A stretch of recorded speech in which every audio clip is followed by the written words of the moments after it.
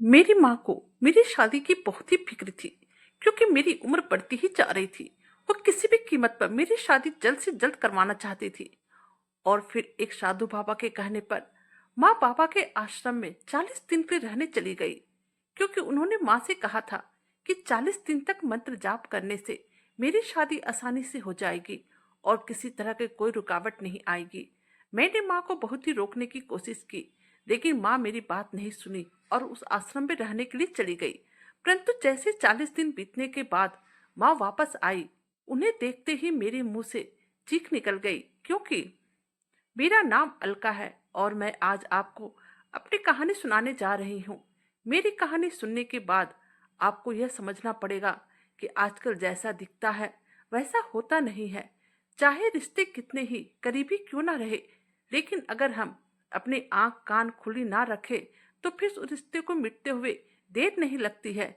मेरी उम्र 28 साल हो रही थी और मेरी माँ मेरी शादी को लेकर बहुत ही ज्यादा परेशान थी। वह इतनी ज्यादा परेशान थी कि हर वक्त उनके दिमाग में सिर्फ एक ही बात चलती रहती थी कि किसी तरह वह मेरी शादी करवा दे, क्योंकि मेरे और भी एक छोटे भाई बहन थे। हमारे रिश्तेदार लोग जब भी कभी हमारे घर पर आते या फिर माँ से मिलते तो एक ही बात कहते थे कि अलका की शादी कहीं ठीक हुई कि नहीं, आप अलका की शादी कब कर रही हैं। और यह सब सुन सुनकर मेरी माँ हद से ज्यादा परेशान रहने लगी थी। मैं अपनी माँ को कितना समझाती थी कि माँ, जिस दिन मेरी शादी लिखी होगी उस दिन मेरी शादी हो ही जाएगी, आप इतना टेंशन मत लो।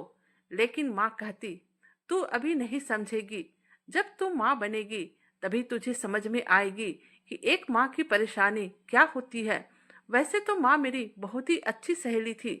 मैं अपने दिल की हर बात माँ को कहती थी और माँ भी मुझे समझाते रहती थी, लेकिन इस मामले में माँ मेरी बात बिल्कुल भी नहीं सुन रही थी। उन्हें तो बस एक धुन सवार हो गया था कि किसी भी तरह करके मेरी शादी जल्द से जल्द करवा दे। आज मेरी माँ अपना सामान पैक कर रही थी। मैंने पूछा, माँ सामान पैक कर रही हो, कहीं जाना है क्या? माँ बोली, हाँ जाना तो है, लेकिन सिर्फ मुझे जाना है, तुम्हें यहीं पर रहकर अपने छोटे भाई बहन का ख्याल रखना है। मैंने आश्चर्यचकित होकर माँ से पूछा, परंतु तुम कहाँ जा रही हो? तो माँ कहने लगी, एक मेरी जान पहचान वाली औरत है, उसने मुझे एक साधु बाबा से मिलवाया है। और जब मैं उन साधु बाबा से मिलने के लिए गई थी और तुम्हारी शादी की प्रॉब्लम उन्हें बताई, तो साधु बाबा ने कहा कि मुझे 40 दिन तक उनकी कुटिया में रहकर कोई मंत्र का जाप करना होगा और फिर उसके बाद तुम्हारी शादी अच्छे घर में हो जाएगी। मैंने कहा, माँ, यह कैसी बातें कर रही हो? यह तो अंधविश्वास की बातें हैं और तुम कैसे एक अनजान जगह पर 40 दिन तक अकेले रह सकती हो? माँ बोली, वह अनजान जगह नहीं, बल्कि वह साधु बाबा बहुत ही सिद्ध पुरुष है और मैं उनके बारे में एक शब्द भी नहीं सुनना चाहूंगी, क्योंकि मैंने जहाँ तक पता किया है वह साधु बाबा सच में सिद्ध पुरुष है। और अगर मैं वहां पर 40 दिन रहकर मंत्र जाप करूंगी तो तुम्हारी शादी जरूर ही बहुत ही अच्छे घर में हो जाएगी और मैं तुम्हारी शादी करवाने के लिए कुछ भी करने को तैयार हूँ। फिर मैंने कहा, ठीक है माँ, तुम मुझे बता दो कि वह जगह कहाँ पर है जहाँ पर कि तुम जा रही हो। माँ बोली, मैं तुम्हें वह जगह नहीं बता सकती हूँ, क्योंकि मुझे बताने से मना किया गया है। अब मैं माँ को कुछ ना बोल पाई। मैं क्या करती, माँ मेरी कोई बात ही नहीं सुन रही थी। उसी वक्त मेरी एक सहेली आई, जिसके हाथों में उसकी शादी की कार्ड थी। वह बहुत ही खुश लग रही थी और मुझे शादी का कार्ड देते हुए कहने लगी, आंटी जी कहाँ हैं? मैंने कहा, माँ पैकिंग कर रही है। फिर वह बोली, आंटी जी कहाँ जा रही है? मैंने उसे कुछ नहीं कहा कि माँ साधु बाबा के यहाँ 40 दिन तक रहने के लिए जा रही है। मैंने अपनी सहेली को कह दिया कि मौसी की तबीयत बहुत ही खराब है, इसलिए माँ उनकी देखभाल के लिए उनके पास जा रही है। मैं नहीं चाहती थी कि किसी को भी इस बारे में पता चले कि माँ मेरी शादी के लिए ही उस साधु बाबा के आश्रम में जा रही है, क्योंकि आज के ज़माने में इस तरह की बातें सुनने के बाद कोई भी मेरी माँ को दिमागी रूप से पागल या फिर कुछ भी कह सकता था। मुझे इस बात का अफसोस होते रहता था कि अगर आज मेरे पापा जिंदा होते या फिर कोई मेरा बड़ा भाई होता तो फिर माँ अभी मेरी शादी को लेकर इतना परेशान नहीं रहती। खैर, जो किस्मत में लिखा होता है वही होता है। मैं अपनी सहेली को लेकर छत पर चली आई थी क्योंकि माँ अपना कपड़ा पैकिंग कर रही थी। माँ के जाने का समय भी हो रहा था और मैं भी भगवान से मना रही थी कि माँ के जाने के पहले ही मेरी सहेली चली जाए। थोड़ी ही देर छत पर बात करने के बाद मेरी सहेली कहने लगी, मुझे और भी दूसरी जगह कार्ड देने के लिए जाना है और मेरे पास समय बिल्कुल ही कम है। मैंने कहा, ठीक है, तुम जाओ। अब मैं सीधा तुम्हारी शादी में तुमसे मिलने के लिए आऊंगी। फिर मेरी सहेली चली गई। अब मैंने राहत की सांस ली क्योंकि मैं नहीं चाहती थी कि मेरी सहेली मेरी माँ से मिले। वह माँ से मिलती और माँ उन्हें कहीं साधु बाबा के बारे में बता देती तो फिर वह न जाने हम लोगों के बारे में क्या क्या सोचती। अब माँ का सामान पैक हो चुका था और माँ अब 10 मिनट में निकलने वाली थी। एक बार तो मन में आया कि फिर से माँ को रोक लूं और कहूं कि माँ रुक जाओ, तुम्हें वहां जाने की क्या जरूरत है, यह सब कुछ करना ठीक नहीं है। मैं भी चाह रही थी कि मैं माँ को यह सब बोलूं, लेकिन उससे पहले ही माँ कहने लगी, तू परेशान मत हो, मैं यह सब कुछ तेरे लिए ही कर रही हूँ। सिर्फ 40 दिन की बात है और तू मुझ पर विश्वास कर। तू देखना, इस बार मैं तेरा रिश्ता पक्का करके ही आऊंगी। तुम मेरे पीछे अपने भाई बहन का अच्छे से ख्याल रखना। उसे मैं तुम्हारे भरोसे छोड़कर जा रही हूँ और तुम देखना, जब मैं वापस आऊंगी तो तेरी शादी बहुत ही धूमधाम से करूंगी। यह कहकर माँ घर से निकल गई और मैं सिर्फ माँ को देखती ही रह गई। मुझे तो यह भी नहीं पता था कि माँ इसी शहर में साधु बाबा से मिलने गई है या फिर दूसरे शहर में गई है। मैंने माँ से कितनी बार उस आश्रम के बारे में पूछने की कोशिश की, लेकिन माँ ने मुझे कुछ भी नहीं बताया। मैंने कहा भी था कि जिस जगह पर आप जा रही हैं वहाँ का पता दे दो, लेकिन माँ ने मना कर दिया और कहा, मैं बहुत ही गुप्त रूप से यह काम करने जा रही हूँ और अपना काम खत्म करके वापस लौट आऊंगी। माँ मुझे समझा कर चली गई तो अब मैंने घर का दरवाजा अच्छे से बंद कर लिया था। मैं अपनी सहेली की शादी का कार्ड को खोल कर देखने लगी थी। अगर मैं माँ के सामने ही यह कार्ड खोल कर देखती तो मेरी माँ को बहुत ही ज़्यादा अफसोस होता कि उनकी बेटी की उम्र 28 साल हो गई है और अभी तक कहीं रिश्ता तय ही नहीं हुआ है। मेरा मेरी माँ से बहुत ही गहरा रिश्ता बन गया था। वो मुझे बहुत ही प्यार करती थी। मुझे याद है, जब मैं छोटी थी उसी वक्त माँ ने मेरा रिश्ता अपनी सहेली के बेटे से तय कर दिया था और यह बात हमारे सारे रिश्तेदार को भी पता था। और तभी से माँ मेरी शादी का सपना देखने लगी थी। उस वक्त मेरी उम्र 12 साल हो रही थी और माँ 22 साल होने के बाद ही मेरी शादी करने वाली थी। लेकिन जब उसी वक्त मेरे पापा बीमार हुए और हमारे घर में गरीबी छा गई क्योंकि पापा ही एक घर में अकेले कमाने वाले थे। उनके बीमार पड़ने के कारण घर में जो भी जमा पूंजी थी सारा पापा के इलाज में खर्च हो चुका था और अब तो हम लोगों के घर चलाने में बहुत ही दिक्कत का सामना करना पड़ रहा था। फिर माँ ने सिलाई का काम स्टार्ट किया और मैं भी छोटे छोटे बच्चों को ट्यूशन पढ़ाने लगी और फिर किसी तरह से हम लोगों के घर का खर्च निकल पाता था। पापा तो जो बीमार हुए फिर कभी ठीक ही ना हुए और हम तीनों भाई बहन और माँ को छोड़कर हमेशा के लिए इस दुनिया से चले गए। फिर जब मैं 22 साल की हुई और माँ ने अपनी सहेली से मेरे रिश्ते के बारे में बात की तो उन्होंने अपने बेटे से मेरी शादी करने को एकदम से मना कर दिया। वह बोलने लगी कि जब मैं अपने बेटे का रिश्ता तुम्हारे घर में किया था उस वक्त तुम लोग अमीर थे, लेकिन अब तुम लोग गरीब हो गई हो तो तुम अब हमें दहेज नहीं दे पाओगी, इसलिए मैं अपने बेटे का शादी तुम्हारी बेटी से अब बिल्कुल भी नहीं करूंगी। माँ ने कहा कि मैं पैसों का इंतजाम करती हूँ, लेकिन तुम यह रिश्ता मत तोड़ो। फिर माँ हमारे रिश्तेदार लोगों से थोड़े बहुत पैसे मांगे और कुछ पैसे माँ मेरे लिए जमा करके भी रखी थी, लेकिन सारे रिश्तेदारों ने पैसे देने से मना कर दिया और कहा कि अब भाई साहब नहीं है तो फिर यह पैसा रिटर्न कैसे मिलेगा। माँ बेचारी क्या करती, सभी के आगे हाथ जोड़े पर किसी ने भी साथ नहीं दिया और इस तरह से मेरा रिश्ता टूट गया। उस दिन मैंने देखा कि माँ मुझे लेकर बहुत ही रोई थी। मैंने माँ को कहा भी, माँ आप परेशान मत हो, तुम देखना मेरी शादी बहुत ही अच्छी जगह पर होगी और मुझे बहुत ही अच्छे पति मिलेंगे। जो कि मुझे बहुत ही प्यार करेंगे, ना कि पैसों से। मेरी बात सुनकर माँ को थोड़ी तसल्ली मिली थी, लेकिन अब जैसे जैसे मेरी उम्र हो रही थी, माँ को मेरी शादी की चिंता सताए जा रही थी, क्योंकि अब मेरी उम्र दिन पर दिन बढ़ती ही जा रही थी। मेरी अधिकतर सहेलियों और मेरे चचेरे भाई बहन सभी की शादी हो चुकी थी, सिर्फ मैं ही बची थी। कुछ दिन पहले ही एक मोहल्ले की औरत माँ से मिलने के लिए आई थी, और उसी ने माँ को बाबा के आश्रम में जाने के लिए कहा था। उन्होंने कहा था, तुम वहां पर जाकर 40 दिन तक मंत्र का जाप करोगी तो अवश्य बाबा तुम्हारे हर इच्छा को पूरी करवा देंगे। मैं तो बाबा के चक्कर में नहीं पड़ना चाहती थी, इसलिए मैंने माँ को भी समझाया, परंतु मेरी माँ बिल्कुल भी नहीं समझी और चली गई। आज माँ के जाने के बाद हमारा घर बहुत ही खाली हो गया था। मेरे दोनों छोटे भाई बहन की जिम्मेदारी अब मेरे सर पर थी। मैं उनका ध्यान रख रही थी। माँ को गए हुए आज 5 दिन हो गए थे, और माँ की कोई भी खबर नहीं आई थी। मुझे हर वक्त माँ की चिंता सताई रहती थी कि ना जाने माँ वहाँ पर कैसी रह रही होगी, लेकिन मैं कुछ नहीं भी कर सकती थी। सिर्फ इंतजार करना ही मेरे बस में था। आज अचानक ही जब छोटा भाई बाहर से खेलते हुए घर में आया, तो कहने लगा, दीदी मैंने आज माँ को देखा था। मैंने कहा, तुमने माँ को कहाँ पर देखा? तो वह कहने लगा, मैं जहाँ पर क्रिकेट खेल रहा था वहीं थोड़ी दूर पर मैंने माँ को गुजरते हुए देखा था। मैं भाई की बात सुनकर बिल्कुल ही हैरान हो गई कि माँ तो 40 दिन के लिए कहकर गई थी, पर अब वह इतनी जल्दी वापस क्यों आ गई? और अगर आ गई है तो फिर अभी तक घर क्यों नहीं आई है? अब मैं माँ का इंतजार करने लगी थी। मन में मेरा कहीं ना कहीं डर भी समा गया था कि आखिर क्या हुआ जो कि माँ इतनी जल्दी वापस आ गई।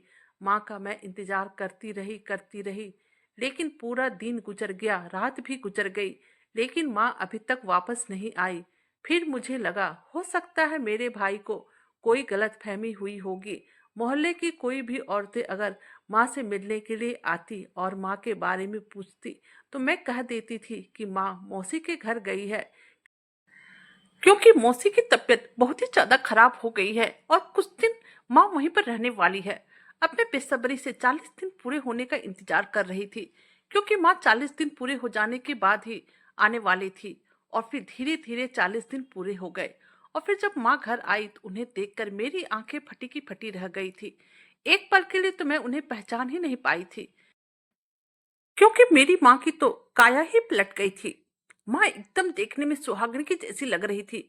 उनके चेहरे पर काफी रौनक आ गई थी, और उन्होंने जो कपड़े पहने थे वो बहुत ही चमकदार और महंगे थे। मुझे तो माँ पर शक होने लगा कि कहीं माँ ने शादी तो नहीं कर ली। ये कैसे हो सकता था? माँ तो मेरी शादी ठीक करने के लिए गई थी। आज माँ आई तो इस तरह से देखने में लग रही थी। मैंने माँ से पूछा, यह सब क्या है? मेरी बात सुनकर माँ ने कहा, मैंने तुझे कहा था ना कि मैं तेरा रिश्ता पक्का करके ही आऊंगी, तो मैंने तेरा रिश्ता पक्का कर दिया है, और 1 महीने बाद ही तेरी शादी है। माँ की बात सुनकर मुझे समझ में नहीं आ रहा था, इस बात पर मैं खुश हो जाऊं या फिर नाराज।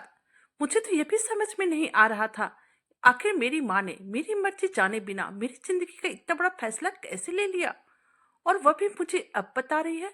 माँ कहने लगी, बेटी मैं समझ सकती हूँ कि तू मेरे बारे में क्या सोच रही है, लेकिन तू चिंता बिल्कुल भी मत कर। मैं तुम्हारी माँ हूँ, और मैं तुम्हारे बारे में कभी भी कोई गलत फैसला नहीं लूंगी। तुम्हें अपनी माँ पर इतना तो विश्वास करना ही पड़ेगा। और सुनो, कल ही तेरे ससुराल वाले यहाँ पर आएंगे, तब तुम उसे अच्छे से देख लेना। मुझे तो समझ में नहीं आ रहा था, आखिर इतना जल्दी मेरी माँ को इतना अच्छा रिश्ता कैसे मिल गया। मैंने एक बार फिर से माँ की तरफ देखा, लेकिन माँ तो अपनी ही दुनिया में मगन थी। वह तो मुझे इतनी खुश नजर आ रही थी कि जैसे उनके हाथ में मानो कोहिनूर का हीरा लग गया हो। माँ फिर कहने लगी, तू चिंता मत कर, कल ही तेरे ससुराल वाले आएंगे, तो तू अपनी आंखों से सब कुछ देख लेना और तसल्ली कर लेना। अब मैंने सोचा माँ के कपड़े अलमीरा में सजा के रख देती हूँ। माँ थक गई होगी, कितना काम करेगी। फिर जैसे ही मैं सूटकेस से कपड़े निकालने लगी तो मैं बिल्कुल ही चौंक गई, क्योंकि पूरे सूटकेस में केवल नए नए और महंगे कपड़े ही थे। माँ के पुराने कपड़े एक भी नहीं थे, जो कि वो यहाँ से लेकर गई थी। मुझे समझ में नहीं आ रहा था कि आखिर माँ के पास इतने नए नए कपड़े कहाँ से आए। और उन्हें यह कपड़े किसने दिलवाए, क्योंकि माँ जब घर से आश्रम के लिए जा रही थी तो उनके पास बहुत ही कम पैसे थे और यह सारे कपड़े बहुत ही महंगे और ब्रांडेड दिख रहे थे। इतने महंगे कपड़े हमने अपनी जिंदगी में कभी भी नहीं देखे थे, तो फिर खरीदने का तो सवाल ही नहीं था। मैंने उसी समय माँ को आवाज देकर बुलाया और कपड़े के बारे में पूछने लगी। तो माँ कहने लगी कि जिस घर में तेरी शादी हो रही है वह लोग बहुत ही ज्यादा अमीर है और उन्होंने ही मुझे ये सारे कपड़े तोहफे के रूप में दिए हैं। पर न जाने क्यों मुझे अपनी माँ की बातों पर विश्वास ही नहीं हो रहा था। लेकिन अब मैं माँ से क्या बोलती, इसलिए मैं बिल्कुल चुप हो गई, क्योंकि अब मेरे पास चुप रहने के अलावा दूसरा कोई रास्ता नहीं था। अगले दिन मेरे ससुराल वाले आए तो उनके साथ लड़का नहीं था, लेकिन मैं लड़के को देखना चाहती थी कि आखिर वह लड़का कौन है जिसे मेरी माँ ने मेरे लिए पसंद किया है और जिससे मेरी शादी होने जा रही थी। मेरी परेशानियों को देखते हुए माँ ने कहा, तू बिल्कुल भी टेंशन मत ले। मैंने तुम्हारे लिए जो लड़का देखा है वह सच में बहुत ही हैंडसम और अच्छा खासा कमाने वाला है। वह सारी उम्र तुझे खुश रखेगा। और अब माँ की बातों को सुनकर मैंने अपने दिल से सारे फिक्र को निकाल दिया, क्योंकि मुझे अपनी माँ पर विश्वास था कि माँ ने मेरे लिए जो पसंद किया होगा वह अच्छा ही होगा। फिर मैंने शादी के लिए हाँ कर दी। अब मेरे घर में शादी की तैयारियां होने लगी थी, क्योंकि मेरी शादी में अब कुछ ही दिन बचे थे। एक दिन मैंने माँ को अजीब हरकत करते हुए देखा। मैंने देखा कि माँ अपने पॉकेट से मिट्टी निकालकर पानी में मिलाकर पी रही थी। मैंने आज तक माँ को ऐसे करते पहले कभी नहीं देखा था, तो इसलिए मैं दंग रह गई थी। माँ, यह क्या कर रही है? मैंने माँ को पूछा, आप यह क्या कर रही थी और यह किस तरह की मिट्टी थी जिसे कि आप पानी में मिलाकर पी रही थी? माँ कहने लगी, मैं तुम्हें समय आने पे सारी बातें बता दूंगी, तू बस थोड़ा सब्र कर। और फिर देखते ही देखते मेरी शादी का समय आ गया और आज मैंने पहली बार अपने पति को देखा, तो उन्हें देखते ही मेरे दिल को बहुत ही तसल्ली मिली, क्योंकि लड़का सच में बहुत ही सुंदर और स्मार्ट था। अब मेरी शादी हो चुकी थी और मैं पिता होकर अपने ससुराल जाने लगी, तो माँ ने मुझे गले लगाते हुए मेरी मुट्ठी में एक पुड़िया पकड़ा दिया और फिर मेरे कान में आहिस्ता से बोली, यह मिट्टी है जो कि मैं तुझे दे रही हूँ और कान खोलकर सुन ले। यह कोई आम मिट्टी नहीं है, बल्कि बाबा ने मुझे आश्रम में दिए थे। यह मेरी तरफ से तुम्हारी शादी का गिफ्ट है। मैं हैरत भरी नजरों से माँ को देखने लगी और सोचने लगी, आखिर यह कैसा गिफ्ट है जो कि माँ ने मुझे दिया है। अब मैंने उस पुड़िया को अपने पर्स में छिपा लिया। अगले दिन जब मैं ससुराल पहुंची तब घर में मुंह दिखाई की रस्में चल रही थी और माँ भी मेरे घर आई थी। मैंने मौका देखते ही माँ से पूछा, माँ, आपने मुझे वह मिट्टी क्यों दी और उस मिट्टी का मैं क्या करूं? तो माँ कहने लगी, वह मिट्टी कोई मामूली मिट्टी नहीं है, बल्कि बहुत ही चमत्कारी मिट्टी है, क्योंकि मैं उसे आश्रम से लेकर आई हूँ। जब कभी भी तुम्हारा अपने पति से लड़ाई हो तब तुम इस मिट्टी को पानी में मिलाकर उसे पिला देना। देखना तेरा पति किस तरह तेरा गुलाम बनकर रहता है और तेरी हर बात को मानता है। फिर तू इस घर में रानी बनकर राज करेगी, क्योंकि तेरा पति इस घर का बड़ा बेटा है और तू इस घर की बड़ी बहू है। माँ की यह बातें सुनकर मैं सोचने लगी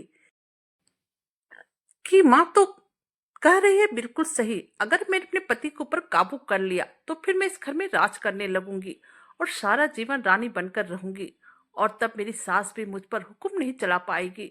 मैं ये सब सोच सोचकर खुश हो गई थी और फिर मैंने अपनी माँ से वादा किया कि जैसे जैसे आप कहेंगी मैं वैसा ही करूंगी। और फिर मुंह दिखाई की रस्म हो जाने के बाद खाना खाकर माँ अपने घर चली गई। अब समय यूं ही बीतने लगा। मेरे पति बहुत ही अच्छे थे और मेरा बहुत ही ख्याल रखते थे। वो एकदम से शांत स्वभाव के थे और मुझसे बहुत ही अच्छी तरह से बात करते थे। आज मेरी शादी को 15 दिन हो गए थे, लेकिन मुझे पति की तरफ से कोई भी शिकायत नहीं मिली थी। कभी भी हम दोनों के बीच में कोई भी लड़ाई झगड़ा नहीं हुआ था। मैं चाह रही थी कि मेरा पति मुझ पर गुस्सा हो, लेकिन वह तो हमेशा मुझसे प्यार से ही बातें करते थे। फिर मुझे लगने लगा, हो सकता है अभी हमारी नई नई शादी हुई है, इसलिए मेरा बहुत ही ख्याल रख रहे हैं। नए नए में तो सब पति अपनी पत्नियों का ख्याल रखते ही हैं, लेकिन कभी ना कभी तो ऐसा होगा कि जब मेरे पति मुझसे लड़ाई करेंगे और फिर मैं उस दिन उन्हें वह मिट्टी वाला पानी पिलाऊंगी, जिससे कि वो हमेशा सिर्फ मेरी ही बात को सुनेंगे। और फिर इसी तरह एक सप्ताह और बीत गया। एक दिन ऑफिस जाते समय मेरे पति ने मुझे कहा, देखो, माँ की तबीयत ठीक नहीं है, तुम माँ को समय पर दवाई दे देना। मैंने कहा ठीक है, आप निश्चिंत होकर ऑफिस जाइए, मैं माँ को दवाइयाँ वगैरह सभी कुछ दे दूंगी। और फिर मैं उस दिन माँ को दवाई देना भूल गई। एक जरा भी ध्यान नहीं रहा कि माँ को दवाई भी देनी है। शाम को जैसे ही मेरे पति घर पर आए, उन्होंने देखा कि माँ की तबीयत कुछ ज्यादा ही खराब लग रही थी। मेरे पति ने मुझसे पूछा, क्या तुमने माँ को दवाइयाँ समय पर दे दिया था? मैंने कहा मैं भूल गई।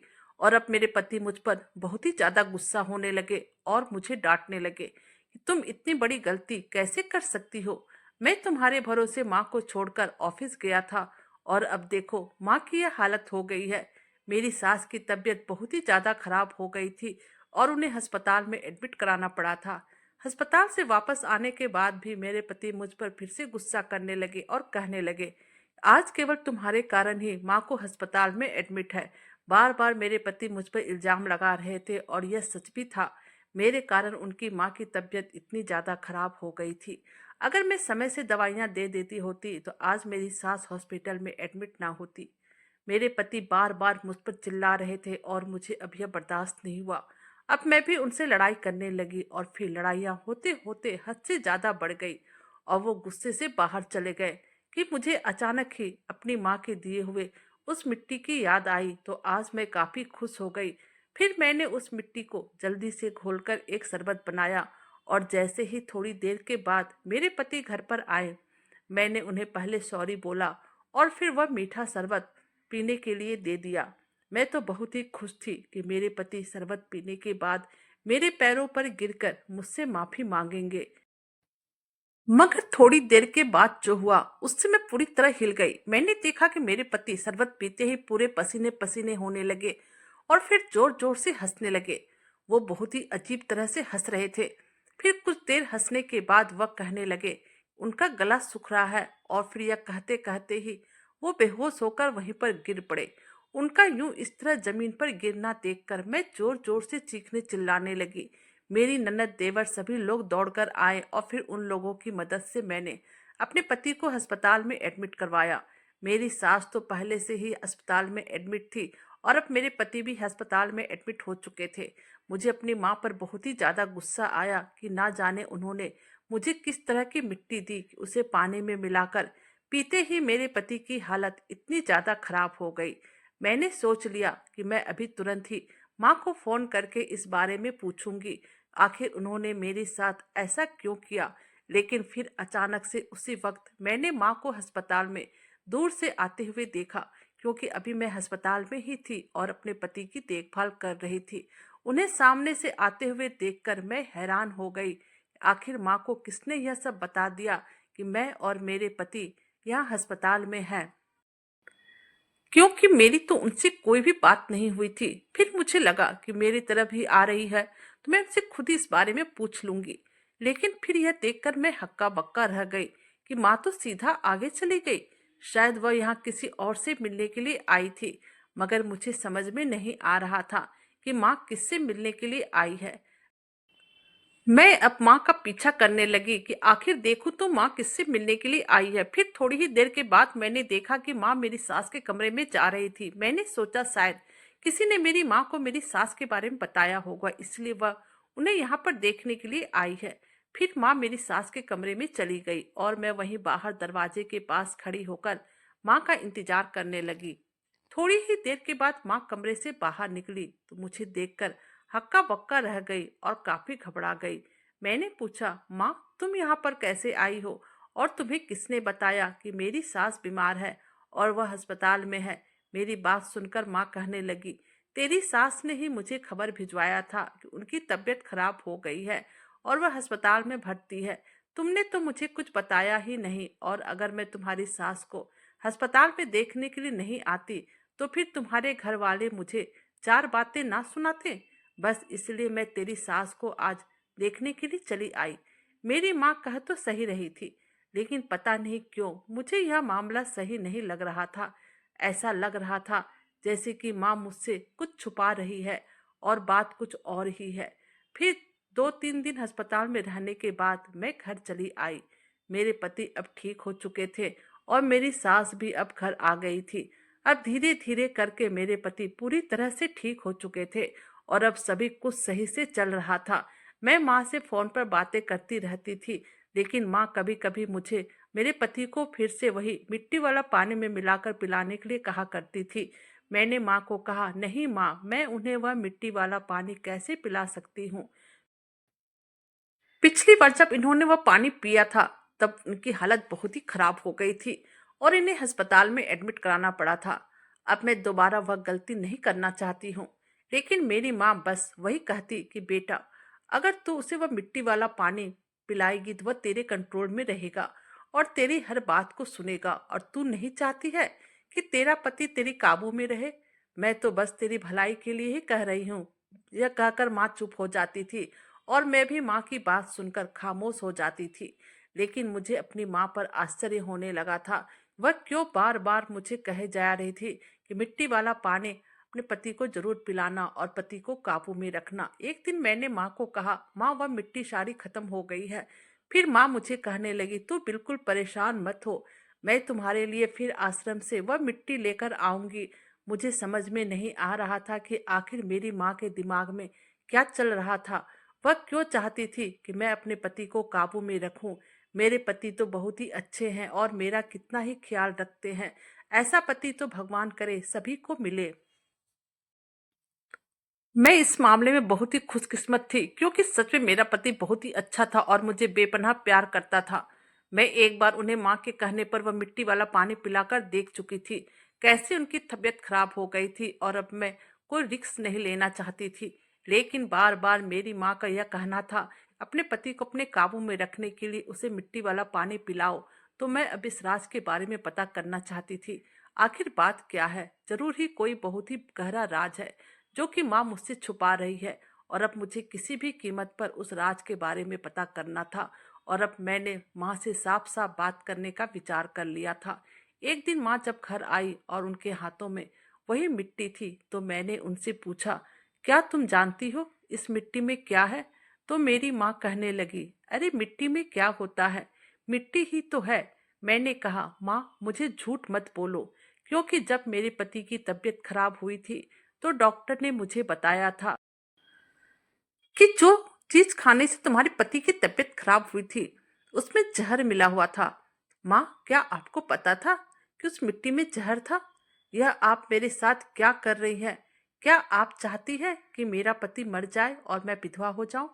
आखिर तुम मेरे पति की जान क्यों लेना चाहती हो और अपनी बेटी की जिंदगी को क्यों बर्बाद करना चाहती हो? मेरा पति भी वहीं पर खड़ा था और हम माँ बेटी की सारी बातों को सुन रहा था। मेरे मुंह से यह सब सुनने के बाद मेरी माँ के चेहरे का तो रंग ही उड़ गया था। वह कहने लगी, तुम मुझे गलत समझ रही हो, ऐसा कुछ भी नहीं है। यह मिट्टी तो मुझे तुम्हारी सास ने दी है और कहा है इसे मैं तुम्हें दे दूं, और मैं सच में नहीं जानती कि इस मिट्टी में क्या है। तुम्हारी सास ने मुझे यह मिट्टी देते हुए कहा था, मेरा बेटा बहुत ही गुस्से वाला है और अपनी तेज गुस्से के कारण वह सारे घर वालों को परेशान करता रहता है, इसलिए इस मिट्टी में टोटका किया हुआ है, और अगर इसे तुम्हारी बेटी रोज मेरे बेटे को पानी में मिलाकर पिलाएगी तो मेरा बेटा एकदम से ठीक हो जाएगा और वह घर में किसी पर भी गुस्सा नहीं करेगा, और खास करके तुम्हारी बेटी बहुत ही सुखी रहेगी। और तुम्हें तो पता है कि मैं तुमसे कितना प्यार करती हूँ। कोई माँ अपनी बेटी के साथ ऐसा कभी नहीं कर सकती है कि उसकी माँ के कारण उसके सुहाग पर कोई भी असर पड़े। यह सब कहकर मेरी माँ रोने लगी थी। मैंने माँ को चुप होने के लिए कहा और फिर तुरंत ही अपनी सास को कमरे में बुलाया और कहा कि आपका सारा राज खुल चुका है। आपने ही मिट्टी के जरिए मेरे पति की जान लेने की कोशिश की। अभी मैंने खुद अपनी आंखों से देखा था। आपने यह मिट्टी मेरी माँ को दी थी। मेरी सास कुछ भी नहीं बोल रही थी। फिर मेरी माँ मुझे बोलने लगी, मैं तो तेरी शादी के लिए 40 दिन के लिए बाबा के आश्रम में रहने के लिए गई थी। वहीं पर एक दिन यह औरत मेरे पास आई और मेरे साथ अच्छे से बातचीत करने लगी। फिर आहिस्ता आहिस्ता हम दोनों में दोस्ती हो गई, और फिर मैंने इन्हें तुम्हारे बारे में बताया तो इन्होंने मुझे कहा कि मेरा एक बेटा है और मैं भी उसके लिए लड़की तलाश कर रही हूँ। लेकिन मेरे बेटे में एक प्रॉब्लम है कि वह बहुत ही गुस्सा करता है, और मैं यहाँ बाबा के आश्रम में उसके गुस्से को कम करने वाली जड़ी बूटी लेने के लिए आई हूँ। क्योंकि गुस्से के कारण ही मेरे बेटे का रिश्ता अभी तक कहीं पर नहीं हुआ है। और देखो, मैंने वह जड़ी बूटी वाला मिट्टी ले ली है। तुम चाहो तो मैं अपने बेटे की शादी तुम्हारी बेटी के साथ करने के लिए तैयार हूँ, लेकिन तुम्हारी बेटी को हर दिन यह जड़ी बूटी वाला मिट्टी मेरे बेटे को पानी में मिलाकर पिलानी पड़ेगी। और फिर तुम्हारी सास के कहने पर ही मैंने यह सब किया। अब मुझे नहीं पता इन सब में तुम्हारी सास का क्या राज छुपा है। अब मेरे पति ने अपनी माँ को देखते हुए कहा कि मैं समझ गया हूँ कि आपने ये सब क्यों किया। आप मुझे रास्ते से हटाना चाहती हैं ताकि सारी दौलत आप अपने सगे औलाद के नाम कर दे। अब तक आपने मेरी माँ बनने का बहुत ही नाटक किया, लेकिन हकीकत यह है कि आप मेरी सगी माँ कभी भी ना बन पाई और आपने अपना सौतेलापन दिखा ही दिया। फिर मेरी सास कहने लगी, हाँ मैं तुम्हारी सौतेली माँ हूँ और सौतेली माँ कभी भी सगी माँ नहीं बन सकती है। मैं नाटक करते करते तंग आ गई थी और इसलिए मैंने तुम्हें रास्ते से हटाने के लिए यह सब किया। मैं चाहती थी कि मैं तुम्हें किसी भी तरह से रास्ते से हटा, लेकिन मेरे ऊपर किसी तरह का कोई इल्जाम ना आए, इसलिए मैंने इस काम के लिए तुम्हारी पत्नी का सहारा लिया। सोचा कि सारा इल्जाम तुम्हारी पत्नी के ऊपर ही आएगा और उसे जेल हो जाएगी और फिर तुम्हारे नाम पर जितने भी दौलत है सब मेरे बच्चे के हो जाएंगे। तुम्हारी सास बहुत ही बेवकूफ औरत है, लोगों की बातों में बड़ी ही आसानी से आ जाती है। बेटी की शादी करवाने के लिए मंत्र जाप करने लगी थी और फिर मैंने इसकी बेवकूफीपन का पूरा फायदा उठाया। पहले इसे अपना दोस्त बनाया और फिर इसकी बेटी के साथ तुम्हारा रिश्ता पक्का कर दिया। मैंने जहर को मिट्टी में मिला दिया था जो कि धीरे धीरे तुम्हारे शरीर के अंदर ही अंदर खत्म कर देता। और मैं सारा काम इन दोनों माँ बेटी के जरिए करवाना चाहती थी ताकि बाद में मेरे सर पर कोई इल्जाम ना आए। मैं चाहती थी तुम लोगों का झगड़ा होते रहे और लोगों को यह पता चले कि तुम दोनों की आपस में बिल्कुल भी नहीं बनती है और इसलिए तुम्हारी पत्नी तुम्हें रास्ते से हटाना चाहती है। उस समय भी मेरी तबीयत खराब नहीं हुई थी, बल्कि मैंने तबीयत खराब होने का नाटक किया था ताकि तुम अपनी बीबी से लड़ाई कर सको, और वही हुआ। तुमने अपनी बीबी के साथ लड़ाई किया और फिर इसने तुम्हें वह जहर वाला पानी पिलाया, लेकिन तुम बच गए। और आज फिर मैंने तुम्हारी सास को यहाँ पर बुलाकर वही जहर वाला मिट्टी दिया ताकि फिर तुम्हारी बीबी तुम्हें वह पानी पिला सके।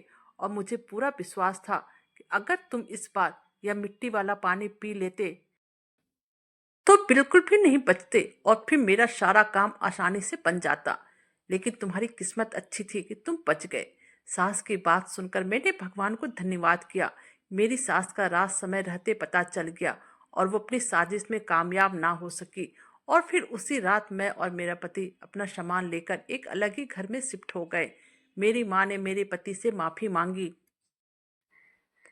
और इन सब में उनकी कोई गलती नहीं थी और ना ही उन्हें कोई जानकारी थी। इसलिए मेरे पति और मैंने अपनी माँ को माफ कर दिया। मैंने माँ को समझाया कि माँ, आजकल के जमाने में टोने टोटके कुछ भी नहीं होते हैं, जो किस्मत में होता है वही होता है। मेरी किस्मत में इतने अच्छे पति का प्यार लिखा था, इसलिए वह मुझे मिल गया। अब आप अपने घर जाएं और खुशी खुशी से अपनी जिंदगी गुजारें। और अब मुझे मेरे पति के साथ मिलकर अपनी जिंदगी की नई शुरुआत करनी है। मेरे पति ने सारी दौलत अपनी माँ को दे दिए। उन्होंने वहां से एक दिन का भी नहीं लिया और फिर उन्होंने इतनी मेहनत की कि आज खुद के बलबूते पर हमारा एक छोटा सा बिजनेस खड़ा हो गया है। और भगवान की ऐसी कृपा हुई कि हमारा ये बिजनेस दिन पर दिन तरक्की करते जा रहा है और आज मेरे पास बंगला, गाड़ी, नौकर चाकर सभी कुछ है। इस सभी से बढ़कर मेरे पास मेरे पति का बहुमूल्य प्यार है, जो हमेशा हमेशा के लिए सिर्फ मेरा ही है, जिसने मेरी जिंदगी को स्वर्ग बना दिया है। दोस्तों, आज की कहानी कैसी लगी प्लीज कमेंट कीजिएगा। हमारे चैनल पर नए हैं तो हमारे वीडियो को लाइक, सब्सक्राइब और शेयर कीजिएगा। और हाँ दोस्तों, अपना प्यार और सपोर्ट हमेशा बनाए रखिएगा, क्योंकि आप हैं तो हम हैं। Thank you.